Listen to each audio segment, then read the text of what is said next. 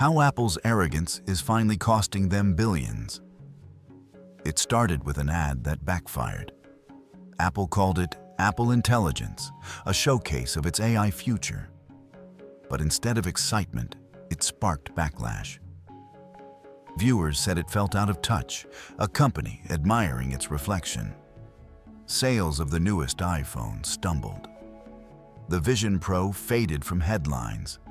Regulators circled with billion-dollar fines. And for the first time in decades, Apple looked less like a leader and more like a giant scrambling to protect its image. For years, arrogance powered Apple's rise. Now, that same arrogance is costing it billions. And to see how it happened, we have to go back to when confidence quietly turned into complacency. Section 1. When confidence became complacency. In its golden years, Apple didn't follow trends, it made them. The iPod changed how we listened to music. The iPhone reshaped communication. The iPad redefined mobility. Steve Jobs believed technology should surprise people. Each launch wasn't just about sales, it was about redefining culture. After his passing, Tim Cook took over and made Apple flawless on paper. Supply chains tightened, margins soared, and investors celebrated as Apple became the world's first trillion-dollar company.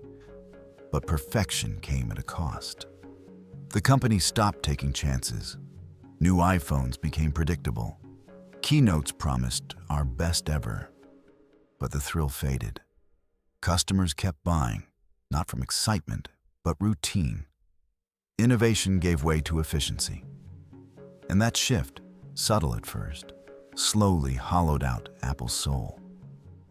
Because when a company stops risking failure, it starts risking irrelevance. Section 2. The era of overconfidence. The butterfly keyboard should have been a warning. It broke easily, yet Apple shipped it anyway because it looked thinner.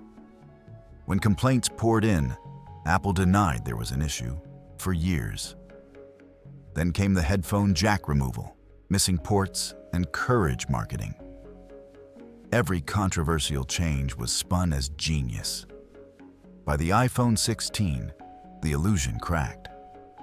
The upgrades felt small, the hype felt forced, and for the first time, people said, "Maybe I'll skip this one." Even iOS updates, once a mark of polish, began breaking things. iOS 17 drained batteries. iOS 18 redesigned features that weren't broken. But Apple wasn't worried.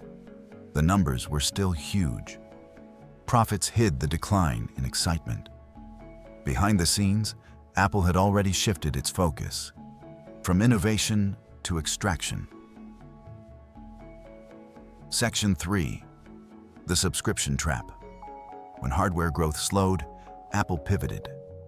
If people wouldn't buy new iPhones every year, Apple would charge them monthly to use the ones they already owned. Music, storage, TV, fitness, news, and games. Each became a subscription. Bundles like Apple One tied them together. Wall Street loved it. Recurring revenue brought stability. Customers didn't. Features that once came free moved behind paywalls. Storage upgrades became never-ending bills. Trial offers quietly renewed. The iPhone started feeling less like a product and more like a payment plan. Every reminder, every upsell, chipped away at trust. The brand that once stood for simplicity now felt manipulative. And the backlash wasn't just from users, developers were next. Section 4. The App Store backlash. The App Store had long been Apple's crown jewel, a curated, safe marketplace. But Apple's 30% cut on every transaction started to feel like a tax. When Epic Games, maker of Fortnite, bypassed Apple's payment system, Apple banned the game overnight. Millions lost access.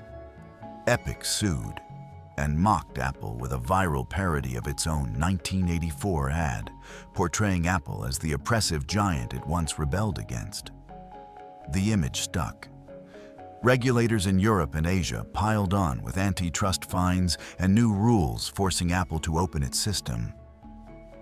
Apple claimed it was defending privacy. Critics said it was defending profit.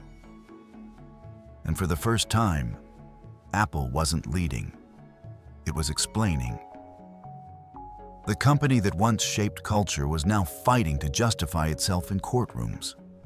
But arrogance didn't stop there. It began seeping into how Apple treated the very people who once lined up overnight for its products. Section 5. The customer disconnect. Apple used to make people feel special. Buying a Mac or iPhone wasn't just a purchase, it was joining a movement. Now, that bond feels broken. Take the Vision Pro. Marketed as the next leap in computing, it arrived as a $3,500 headset few could afford or use daily. Early buyers praised the tech, but admitted it felt isolating and unfinished. Or when Apple removed chargers from boxes, calling it environmental responsibility. Most saw it for what it was, cost-cutting in disguise. Even software began selling instead of delighting. Constant prompts to subscribe replaced the clean experience Apple was known for. Loyalty turned to fatigue. Reviews softened. Forums filled with longtime fans saying what once sounded impossible. I might switch. And as faith wavered, new challengers stepped forward, ready to do what Apple had stopped doing. Section 6. The return of real competition. While Apple kept refining, others started reinventing. Samsung led the charge on foldables, phones that literally changed shape. Chinese brands like Xiaomi and Huawei pushed camera technology and charging speeds beyond anything Apple offered. In India, Apple remained a luxury brand, but locals favored cheaper devices that did almost the same thing. In China, Huawei's comeback turned into a patriotic movement. Even in the US, where Apple's ecosystem once felt unbreakable, younger users are exploring alternatives. New apps are bridging messaging gaps, weakening Apple's famous walled garden.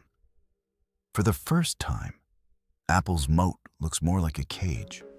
Its pride in control is becoming its biggest liability. And the irony couldn't be sharper.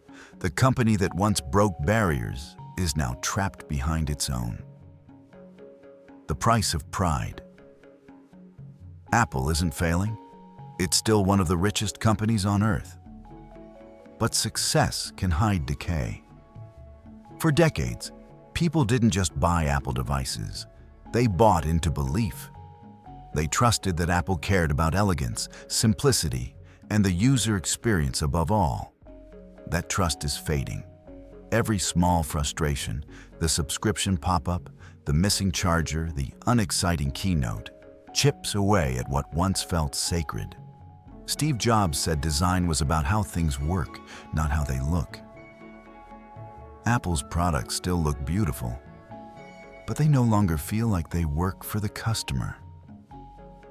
Arrogance made Apple mighty, the courage to defy convention. But when that same arrogance turned inward, it stopped serving people and started serving shareholders. And that's how greatness erodes, not in a single collapse, but through slow disbelief. Because when people stop trusting Apple's intentions, its empire doesn't need to crumble. It simply stops inspiring. The real cost of arrogance isn't just measured in dollars. It's measured in faith lost. One subscription, one lawsuit, one disappointed customer at a time.